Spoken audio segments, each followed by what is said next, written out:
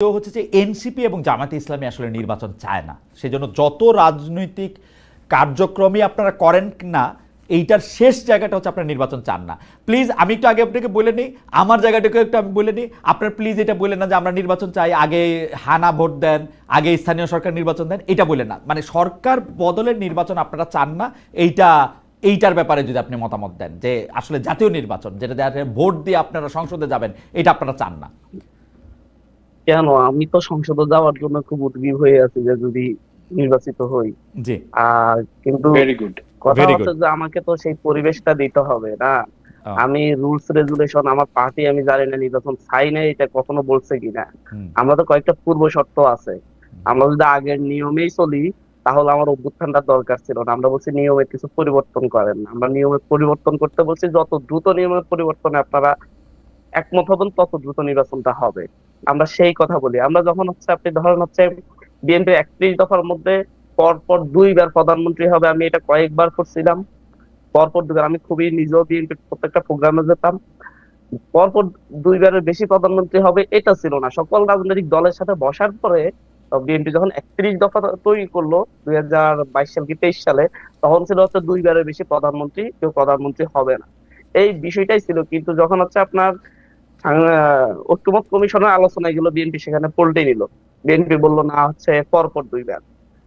এইটা নিয়ে মোট চারটা মিটিং হলো, তারপরে গিয়ে বিএনপি একমত হলো। 4 দিন নষ্ট করা হলো, 4টা মিটিং এর জন্য 2 সপ্তাহ নষ্ট হলো। আপনার এরপরে হচ্ছে এনসিসি হবে না। কিন্তু আমি সংস্কারের প্রসঙ্গে একটু আসি, আপনি এইটাও একটু বললেন। আপনারা একটা দাবি করলেন, অদ্ভুত দাবি, যে বিচার করে যেতে হবে, কারণ বিএনপি আসলে বিচার করবে না। বিএনপি হচ্ছে আওয়ামী লীগ দিয়ে সবচেয়ে বেশি সাফার দল, তারা বিচার করবে না এবং এই বিচার এই সরকার না করলে আর কেউ করবে না, এরকম একটা দাবি করে আপনারা নির্বাচনে যেতে চাইলেন। জি খালেদ ভাই, বিএনপি সবচাইতে সাফার দল, এটা আপনি সবাই স্বীকার করি।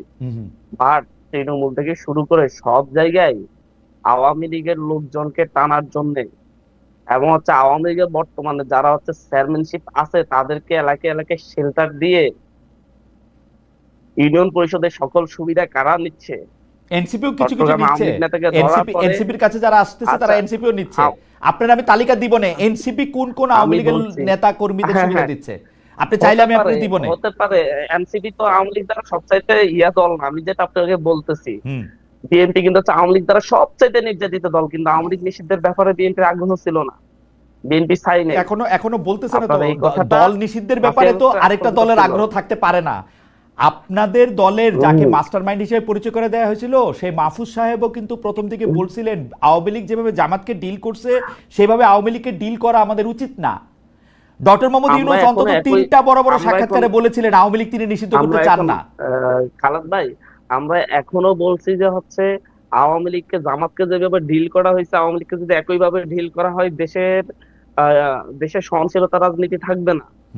আপনার অবশ্যই এই বিরাট জনগোষ্ঠীকে রাজনীতি করার অধিকার দিতে হবে। যারা অপরাধের সাথে জড়িত ছিল না, অপরাধীদেরকে বিচার করতে হবে, এদেরকে আইনের আওতায় এনে আপনি হচ্ছে প্রতিটা উপজেলায়, যেমন আমার উপজেলায় ধরেন বিএনপি বলতে ছিলই না কেউ বিএনপি পরিচয় দেওয়ার জন্য তেমন একটা কোনো গোষ্ঠী, শুধু প্রতিষ্ঠা বার্ষিকীর একটা মিছিল হইতো, প্রতিষ্ঠা বার্ষিকীর আর কোনো প্রোগ্রাম হতো না।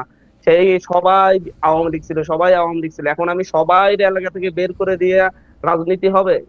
আমার কথা হচ্ছে যারা অপরাধের সাথে জড়িত ছিল, আপনার প্রত্যেকটা চেয়ারম্যান, প্রত্যেকটা উপজেলা চেয়ারম্যান, প্রত্যেকটা এমপি, এগুলার মোটামুটি বিচার করলে বাংলাদেশে 10,000 বিচার হয়ে যায়। 10,000 মানুষের বিচার করলে আওয়ামী লীগ থাকে নাকি?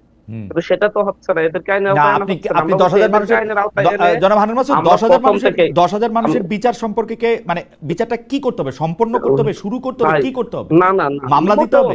এটা তো কথা না।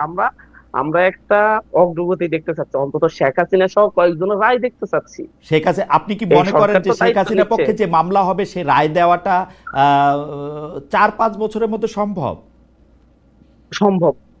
অবশ্যই সম্ভব। কারণ শেখ হাসিনার বিচারের জন্য যেই প্রমাণগুলা দরকার তার মধ্যে অনেকগুলা প্রমাণ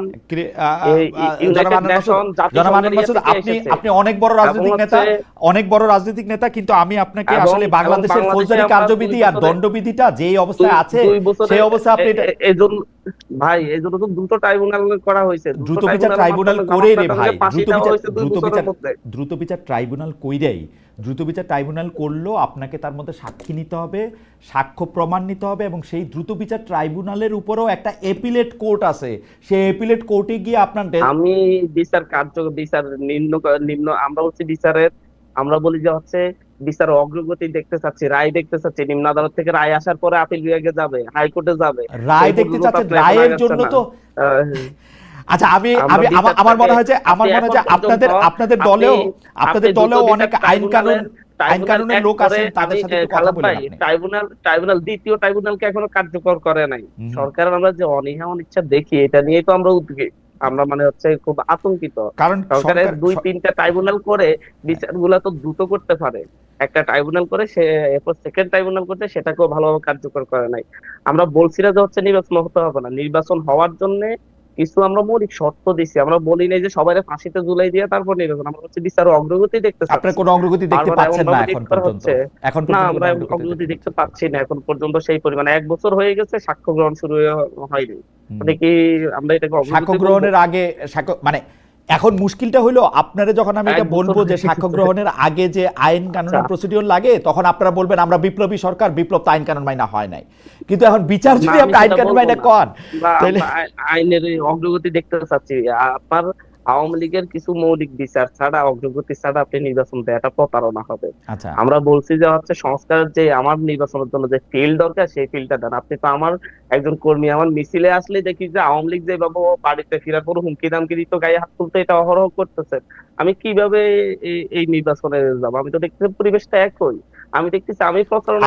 আমার মনে হয় যে জনাব হান্নান মাসুদের বক্তব্য একদম পরিষ্কার করেছেন যে গণ অভ্যুত্থান দায়িত্ব নিতে হবে, বিএনপি বড় দল হিসেবে দায়িত্ব নিতে হবে, আমাদেরকে আস্থায় নিতে হবে যে তাদের নেতা কর্মীরা আমাদেরকে মানে হচ্ছে অন্যায় ভাবে আঘাত করবে না, সুন্দরভাবে আমাদেরকে রাজনৈতিক কর্মকাণ্ড করতে দিতে। জনাব হান্নান মাসুদের সাথে প্রতিনিয়ত আজ পর্যন্ত আমি একটু শেষ করি, চট্টগ্রামে সহ গোপালগঞ্জে হামলার পরে বিএনপির যেই পরিমাণ পোস্টেড নেতা কর্মী ফেসবুকে পোস্ট দিয়ে হুমকি দিয়েছে এবং বিভিন্ন জায়গায় হামলা করেছে লোকজন আমাদের প্রোগ্রাম থেকে যাওয়ার পরে, তাদের বিরুদ্ধে যদি ন্যূনতম সাংগঠনিক ব্যবস্থাও বিএনপি নিত, তাদের যারা এইভাবে একবার প্রকাশ্য হুমকি দিয়ে হামলা করছে, তাহলে আমরা মনে করতাম বিএনপি চাই যে হচ্ছে লেভেল প্লেইং ফিল্ডে সুন্দর একটা নির্বাচনী পরিবেশ তৈরি করতে। আমার মনে হয় আপনার বক্তব্য একদম পরিষ্কার, কারণ এইটা নিয়ে আমি এখন জনাব ফাহাম আব্দুল সালামের কাছে যাবো। জনাব ফাহাম আব্দুল সালাম, বিচারের জন্য যে দাবি তারা করতেছেন যে একটা দৃশ্যমান অগ্রগতি, এবং তারা দাবি করতেছেন যে বিএনপি ক্ষমতা আসলে যে তাদের কোনোভাবে হেনস্থা করা হবে না, সেই রকম কোন একটা আস্থায় নেওয়া, সেটি দেখা যাচ্ছে না। বড় ক্ষমতায় আসবে তা না ভাই, সেটা বলিনি, বলছি একটা নির্বাচনের পরিবেশে প্রচারণার ক্ষেত্রে আমাদের স্বাধীন ভাবে কেউ এনসিপি করতে পারবে, কেউ জামাত করতে পারে, সেই পরিবেশটা বিএনপি। ওকে, ফ্যান্টাস্টিক। আমার অনেক উদাহরণ দিতে পারবো, শুধু এনসিপি করার কারণে বাড়িতে হুমকি দেওয়া হচ্ছে, গায়ে হাত তোলা হচ্ছে বিএনপি কর্তৃক, যেটা আওয়ামী লীগ করতো। ওকে ওকে, জনাব ফাহাম আব্দুল সালাম। দেখেন, বাংলাদেশের লোকাল রাজনীতির কিছু রিয়ালিটি আছে, এটা আজকের না, এটা আপনি 1950 সালের স্মৃতি কথাতেও পাবেন। সেটা হচ্ছে কি, আপনি যদি একটা এলাকার খুব বিখ্যাত লোকেরকে গালিগালাজ করেন কিংবা তাকে যদি কুৎসা করেন, তাহলে আপনার ফিজিক্যাল ভয় আছে। আমার কাছে সালাউদ্দিন, আমার মনে হয় যে হান্নান মাসুদ যেটা বলছিলেন যে সালাউদ্দিন সাহেবের যে ঘটনা ওইটা নিয়ে বলছেন, আমার কাছে মনে হয়েছে যে বিএনপি কিন্তু এটাকে বেশ ভালোই হ্যান্ডেল করেছে। সালাউদ্দিন সাহেব কিন্তু কোনো এটাকে ঘটনা এখন যেটা ঘটছে, the way I read it, যে জামায়াতে ইসলামী এবং এনসিপির নেতারা তারা চাচ্ছেনই যে একটা অল্টারকেশনের মধ্যে যেন যাওয়া হয়, অর্থাৎ অল্টারকেশনে গেলে তারা এটা বলতে পারে। আমার পার্সোনাল রিডিং, হান্নান মাসুদের সাথে আমি একমত নই, আমি পার্সোনালি মনে করি যে এনসিপি আলটিমেটলি ইলেকশনে নাও যেতে পারে, এবং আলটিমেটলি ইলেকশনে না গেলে তারা যে গ্রাউন্ড ওয়ার্কটা তৈরি করবে যে আমাদেরকে, আমি মনে করি না যে বাংলাদেশের অবস্থা এত খারাপ যে গেলে আপনাকে মেরে ফেলবে কেউ পিটায়। হাউএভার খুব ভালো না, it has improved a little from last year, কিন্তু হয়তো আমরা এখনো আমাদের যে কাঙ্ক্ষিত জায়গাটা যাওয়ার কথা সেখানে যেতে পারিনি। কিন্তু আমাদেরকে একটা জিনিস মাথায় রাখতে হবে, বাংলাদেশের রিয়ালিটি আপনাকে মানতে হবে। বাংলাদেশের রিয়ালিটি এমন না যে অস্ট্রেলিয়ার মতন, যে দুজন নেতা পাশাপাশি বসে দুজনকে কুৎসা করছেন, এই জিনিসটা বাংলাদেশে হবে না ভাইয়া। যেটা হবে না সেটা বাস্তবতার কথা, ওই অবাস্তব কথা আমি যাচ্ছি না, কিন্তু আমি মনে করি যে ইলেকশনের আগে বাংলাদেশের এই পর্যায়ে যাবে যে খুব বড় ধরনের থ্রেট থাকবে না, আমি এটা মনে করি। এই কাজটা করার দায়িত্ব হচ্ছে সরকারের। ডক্টর সালাম, ইলেকশনের ওই পর্যায়ে যাওয়ার আগে হান্নান মাসুদ যে কথা বলেছেন সেই জায়গা থেকে আমি একটু আসি। উনি একটি অভিযোগ করেছেন যে বিচারের কোনো লক্ষণ, মানে আওয়ামী লীগের যারা শীর্ষস্থানীয় আছেন, ধরেন শেখ হাসিনা সহ যারা আছেন, তাদের আসলে বিচারের কোনো একটা মানে লক্ষণীয় অগ্রগতি তারা দেখতে পাচ্ছেন না, সরকার দ্বিতীয় ট্রাইব্যুনালটাকে চালু করছেন না।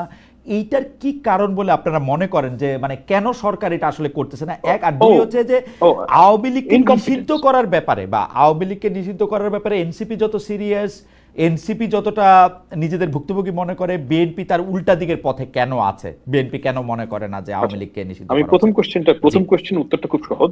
প্রথম কোশ্চেন হচ্ছে কি, আমি এই বিষয়ে অনেকের সাথে কথা বলেছি যে মানে শেখ হাসিনার কেস কেন আগায় না।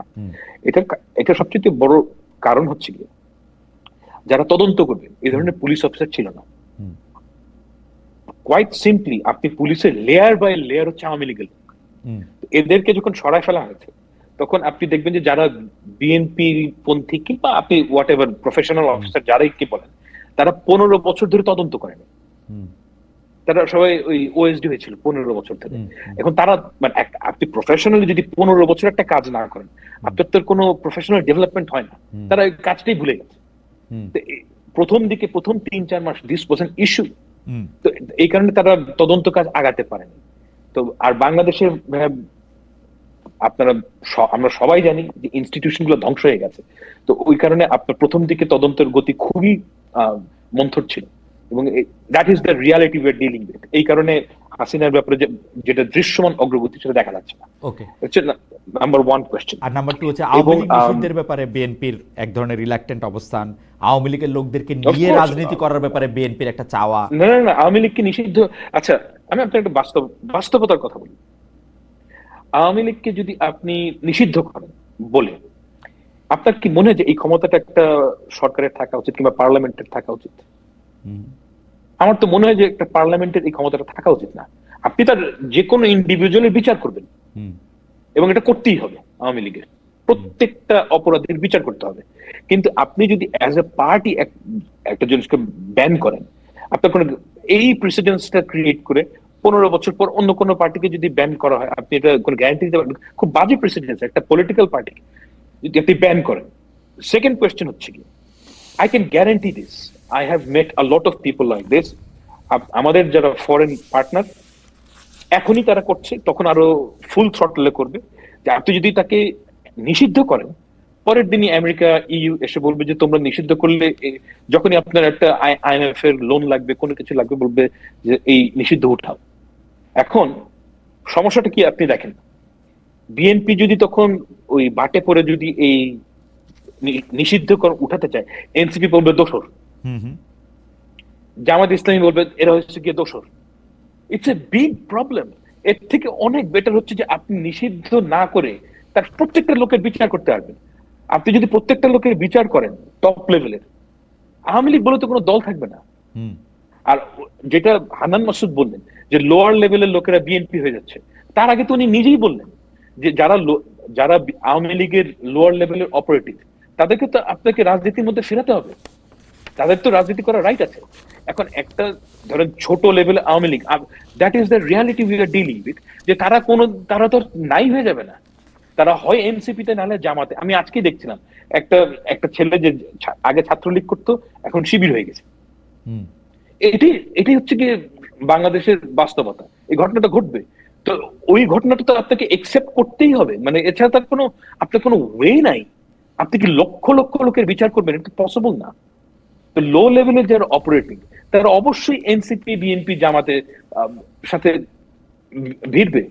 মানে এই বাস্তবতা আপনি কিভাবে অগ্রাহ্য করবেন? ওকে, আচ্ছা আমরা একটু সময় বাড়িয়ে নিচ্ছি আজকে আপনাদের অনুমতি নিয়ে, যদিও অনেক মানে সময় হয়েছে। হান্নান মাসুদ, আওয়ামী লীগের 15 বছর গণতন্ত্র প্রতিষ্ঠায় ফেসিবাদ প্রতিরোধে বিচার বহির্ভূত হত্যাকাণ্ডের বিরুদ্ধে যিনি লড়াই করেছেন, কারাগারে ছিলেন, তিনি আন্তর্জাতিক খ্যাতিসম্পন্ন আলোকচিত্রী জনাব শহীদুল আলম।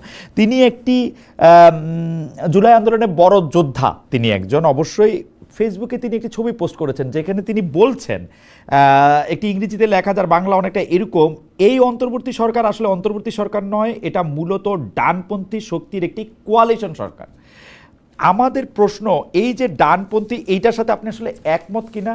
আবার আমরা আলতাফ পারভেজকে বলতে শুনলাম যে এই প্রথম ফেসবুকের দিকে তাকিয়ে সরকার পরিচালনার একটা সংস্কৃতি দেখলাম। আমরা দেখলাম মাহা মির্জা, যিনি এই আন্দোলনের একজন অন্যতম সংগঠক, আন্দোলনের কর্মী, তিনিও বলছেন যে কোনো একটা কথা বলতে হলে আমাদের ভয়ে ভয়ে বলতে হচ্ছে। আমরা দেখলাম ব্যারিস্টার সারা হোসেন, যিনি এই আন্দোলনের একজন অন্যতম, মানে আমি সংগঠক না বললেও প্রথম সারির একজন, তিনিও বলছেন যে ভয়ের কারণে বিচারকরা তো আছেই, সমস্ত অঙ্গনই ভয়ে আছে। এই অবস্থাটার জন্য আপনি কাদের দায়ী মনে করেন? আমার যেটা, মানে আমি যেটাকে আমার লাইন বলতে চাই, সেটার জন্য এই সরকারের সময় ডানপন্থীদের যে উত্থান, জনতুষ্টিবাদের যে উত্থান, তার জন্য প্রধানত দায়ী হচ্ছে এনসিপি। জনাব হান্নান মাসুদ। না, আমার মনে হয় এনসিপি কে তো দায়ী করতে পারেন, সবাই যে বাবা দায়ী করে, আপনিও দায়ী করতে পারেন, তবে আমি মনে করি না।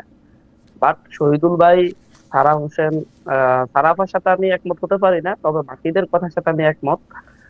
এই বিষয়টা আমরাও ফিল করতেছি, আমরাও দেখতেছি, এবং এটা থেকে সরকার আসলে হচ্ছে, আমার মনে হয় আমার জায়গা থেকে সরকার আসলে কতটুকু নির্বাচনের দিকে আগাতে চাচ্ছে, সেটা সরকারের বিষয়টাও প্রশ্নবোধক চিহ্ন রেখে গেলাম। কারণ সরকার যে পরিবেশটা তৈরি করার দরকার একটা নির্বাচনের জন্য, বা হচ্ছে সকলকে সমান সুযোগ সুবিধা দেওয়ার জন্য, সরকার সেটা পারছে না। এটা না পারলেও হয়তো শেষমেশ সরকারে, এই সরকারের অধীনে কোনো নির্বাচন হয় কিনা বা নির্বাচন করতে পারে না, সেটা নিয়েও আমার সন্দেহ রয়েছে। এটাই আমার ব্যক্তিগত অভিমত, এটা আমার পার্টির কোনো অভিমত নেই, আমার নিজ থেকে, নিজের ফিলিংস থেকে বলতেছি। গত 1 বছরে সরকারকে অবশ্যই একটা পরিবেশ তৈরি করা দরকার। আপনি দরকার ছিল যাতে করে সকল দল একটা সেফ ফিল করে, যে সাদাবাজির কথা বলেন, দখলবাজির কথা বলেন, এগুলো নিয়ে আমরা বিএনপিকে অনেক কথা বলতে পারি। বাট এটাতে বিএনপির যদি হচ্ছে 60% বা 70% দায়ী হয়, সরকার তো বাকি 30% দায়ী নিতে হবে।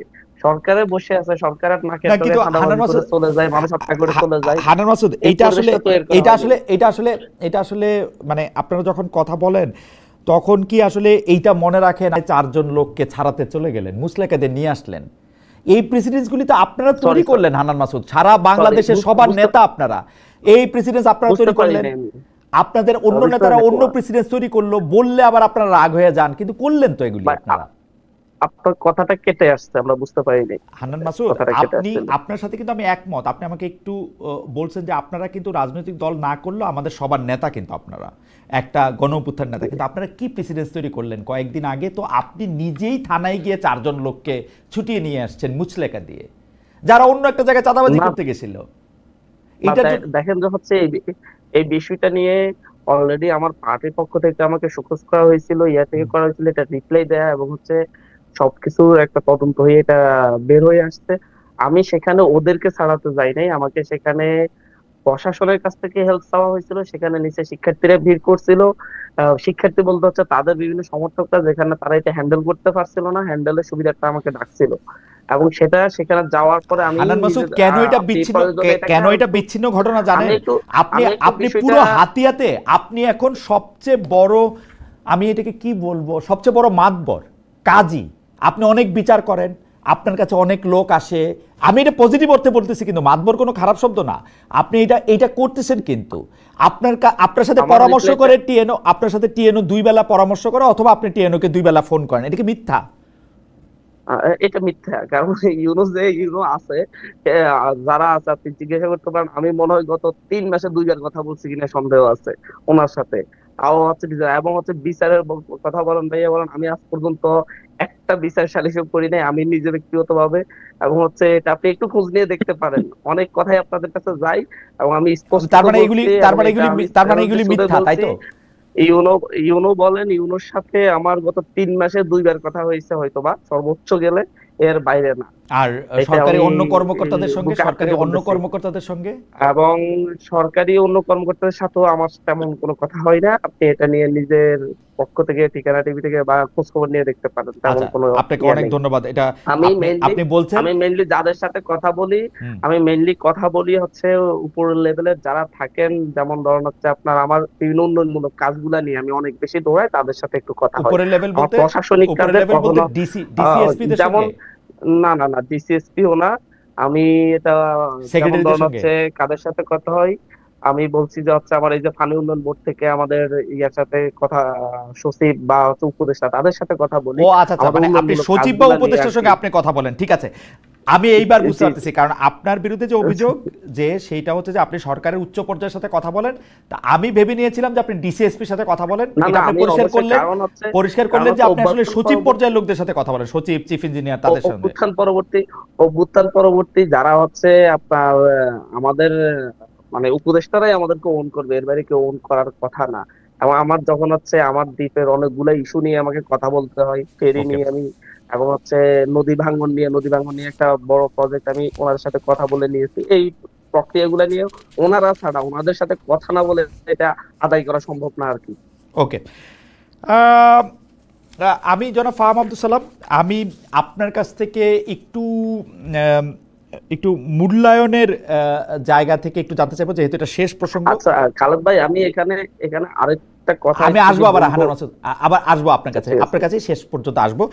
আপনি তখন এটা মনে রাখেন, একটু বলেন, কারণ এটা আমরা শেষ প্রসঙ্গ। আমি এই প্রশ্ন করতে চাই যে জুলাই আন্দোলনের নেতাদের দল এনসিপি দেশ জুড়ে পদযাত্রা করেছে, গোপালগঞ্জটা বাদ দিলে তার আগে 32টা জেলা পর্যন্ত আমি যতটুকু দেখেছি তাদের এই পদযাত্রা নিয়ে মানুষের অনেক আগ্রহ ছিল, অনেক জায়গায় অনেকে তাদেরকে স্বাগত জানিয়েছেন।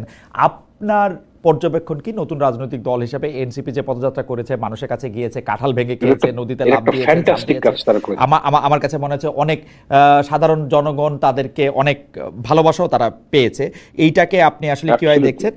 আর হচ্ছে আর এই মূল্যায়নটা যদি আপনি একটু করেন যে নতুন রাজনৈতিক বিশ্ববিদ্যালয়ে আরেকটা ব্যাপার হচ্ছে আওয়ামী লীগের ফিরে আসা বা আওয়ামী লীগের পুনর্বাসন, সেটা পিআর সিস্টেমের মাধ্যমে হোক, অন্যভাবে হোক। খোদ অন্তর্বর্তী সরকার প্রধান দেশকে একটা যুদ্ধ অবস্থার সাথে তুলনা করছেন, ফেসিবাদীরা ষড়যন্ত্র করছে বলে মনে করছেন। এই ব্যাপারটাকেও আসলে আপনি কিভাবে দেখেন? এই দুইটা প্রসঙ্গে যদি একটু আপনি বলতেন।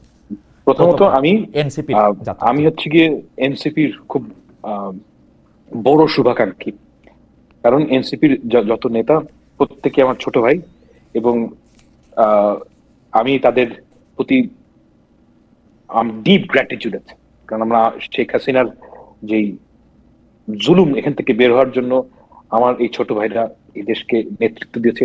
I can't forget that ever in my life. So I have deep gratitude. এবং তারা যে এই কাজটা করছে এইটাই রাইট ওয়ে। মানুষের কাছে যেতে হবে, মানুষের কাছে গিয়ে বলতে হবে যে আমরা ক্ষমতায় গেলে এই কাজ করব, আমি আপনার এই প্রবলেম সলভ করব, যেটা এনসিপির মধ্যে আমার কাছে মনে হয়, আমি একটু সমালোচনার ঢঙে বলছি, but this is the reality we must deal with, যে বাংলাদেশের সবচেয়ে বড় সমস্যা সাধারণ মানুষের সময় খুব খারাপ যাচ্ছে। এখানে 1/3 অফ আওয়ার ইউথ তারা বেকার, তাদের প্রবলেম গুলোকে আমাদের অ্যাড্রেস করতে হবে। আনফর্চুনেটলি এনসিপির যত রেটরিক সব হচ্ছে সংস্কার কেন্দ্রিক এবং পিপলের সাথে কোনো যোগাযোগ নাই। বাংলাদেশের মানুষের প্রধান সংকট এই সময় আমার কাছে মনে হয়েছে যে law and order and economic problem. এখন এই দুই প্রবলেম আমাদের পলিটিক্যাল সংকটের চাইতে অনেক বড় প্রবলেম, কারণ ভবিষ্যতে এগুলোর স্নোবল এফেক্ট হতে পারে। আমাদের এখন মানুষের কি সমস্যা, এই সমস্যার সমাধান কিভাবে করা যায় ওই দিকে নজর দেওয়া উচিত। এবং আমি আশা করবো যে এনসিপি নেতারা যখন যাবেন তারা তাদের যে কনস্টিটুয়েন্সি তারা বলবেন, কিন্তু তারা যেই কাজটা করছেন this is the right thing, ওখানেই যাওয়া উচিত, সাধারণ মানুষের সাথে যোগাযোগ করা উচিত এবং তাদেরকে বলা উচিত যে আমরা ক্ষমতায় গেলে কি করব। আপনার দ্বিতীয় কোয়েশ্চেন হচ্ছে গিয়ে যে ফ্যাসিবাদ মানে ফ্যাসিস্টরা আবার ফিরে আসবে কিনা, ষড়যন্ত্র